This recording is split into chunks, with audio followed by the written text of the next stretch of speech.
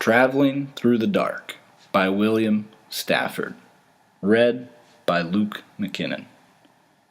Traveling through the dark, I found a deer, dead on the edge of the Wilson River Road. It is usually best to roll them into the canyon. That road is narrow. To swerve might make more dead. By glow of the taillight, I stumbled back of the car and stood by the heat.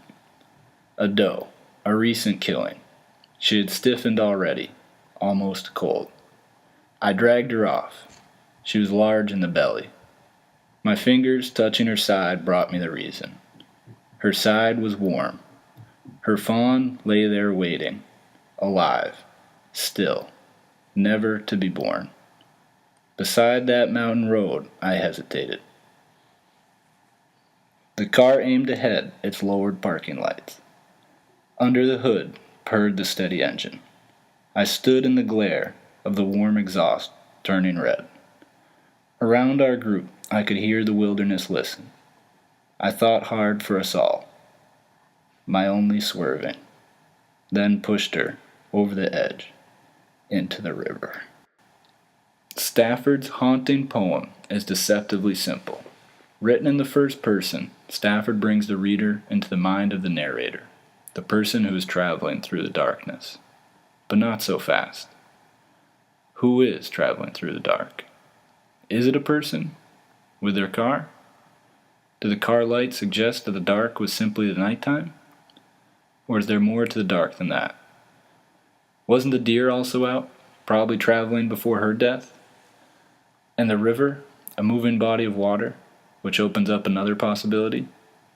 Even the road, a man-made river, a modernity?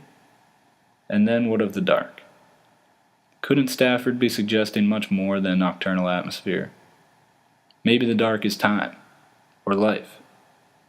Maybe the man's dark is the nature he moves through. Maybe the deer's life is darkened by the modern landscape of cars and highways. There is certainly a clash between nature and man's inventions, both the physical crash of the deer with a previous car and the larger metaphor of man's interaction with the land.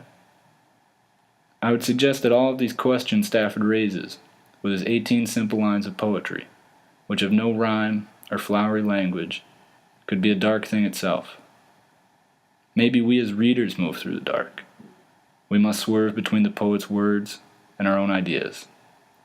Stafford's poem certainly prompts reflection on man's relationship with deer and rivers, but we should also let it challenge us as readers of poetry, because reading a poem can be as dangerous as crossing a highway in the night.